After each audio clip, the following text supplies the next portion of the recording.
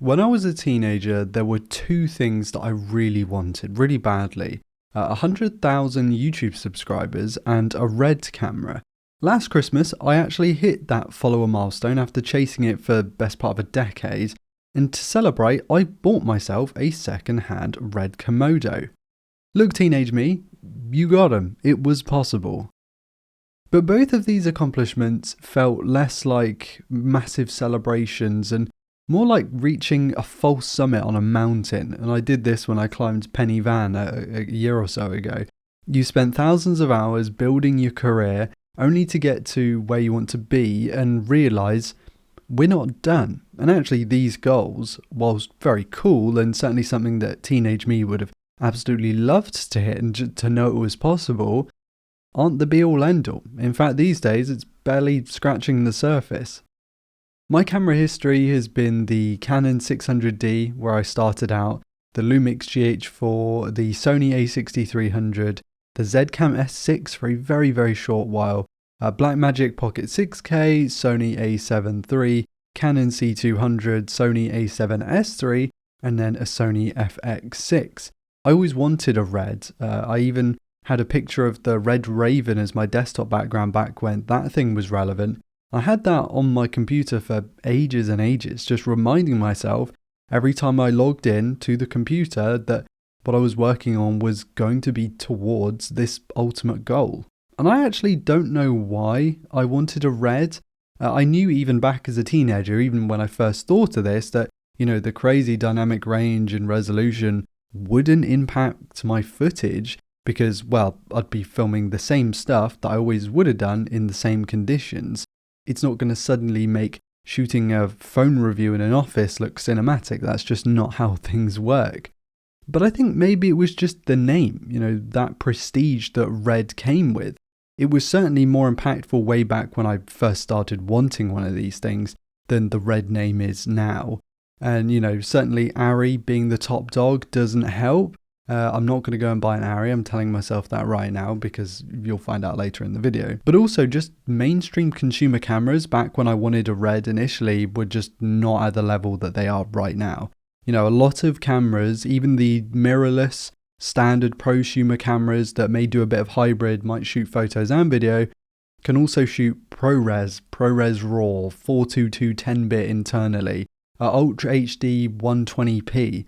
Like, we are not in that same era that we were when I first wanted one of these. You lot probably already know the specs of this camera, 6K, Super 35, just a little cube box thing, which I must say to this day I still really like the form factor of, and that's what I liked about my Zcam. It's just not a very polished product in my opinion.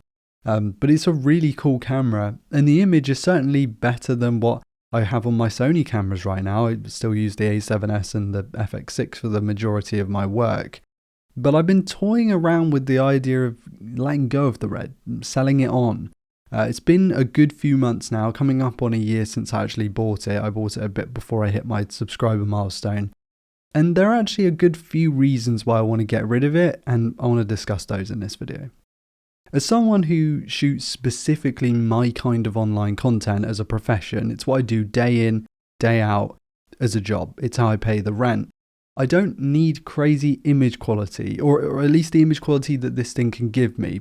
I know people who have shot crazy stuff on the FX6, the FX3, the A7S, basically the sensor that I use all the time. And actually for my work, I only really shoot 4K 4208 bit Cinetone. I don't shoot 24p S-Log3. I am for this video because I like to experiment a bit with this channel, but my main work stuff, it's all automatic. And the crazy R3D and ProRes footage that comes out of the Red, loads of latitude, loads of dynamic range. I cannot fault the image. It is just unreal.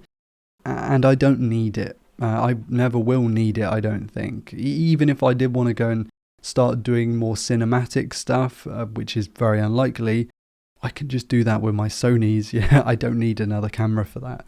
I will never be able to use even 10% of what the Komodo is capable of, and that's quite a big deal to me.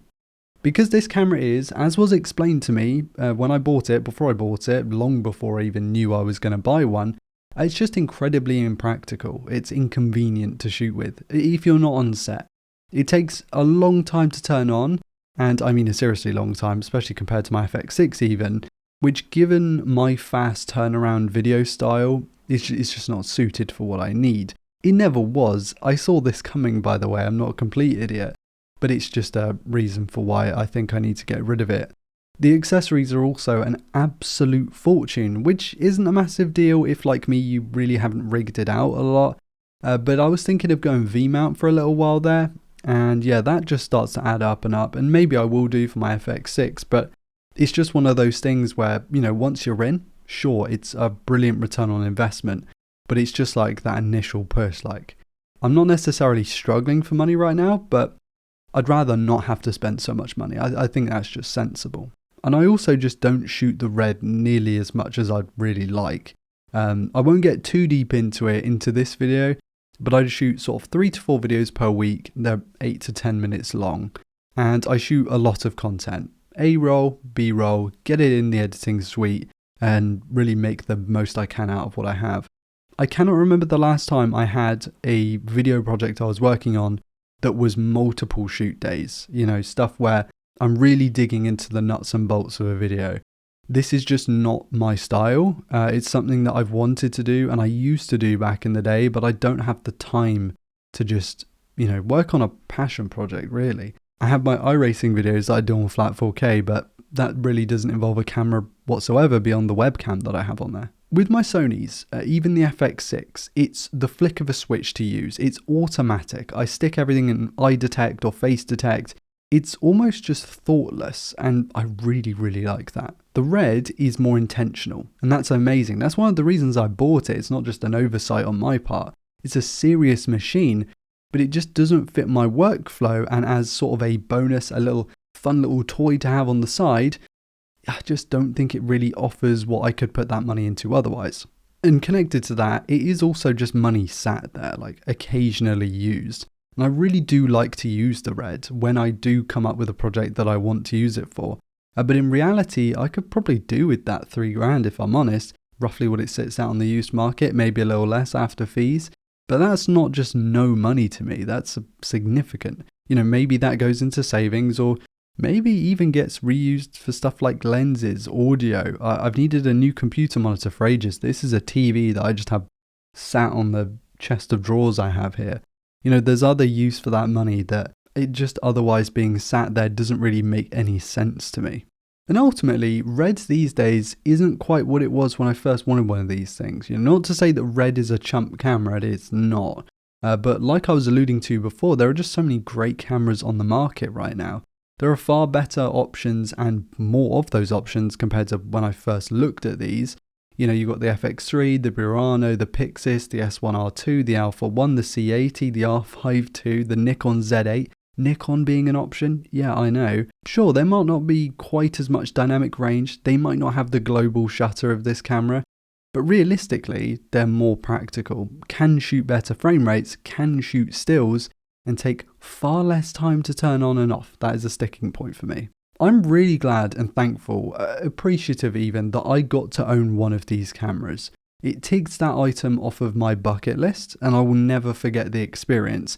It's one I wanted and I worked for an awfully long time. And ultimately, I got to enjoy it. Maybe I'm just getting old now. I was in my teens when I wanted one of these, and I am rapidly approaching my 30s now.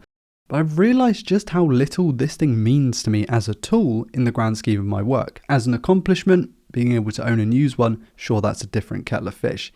But as a product and as something to use, the Komodo is a beast, but it just doesn't really fit my life or my work. Been there, done that, spent the money, and ready to part ways now.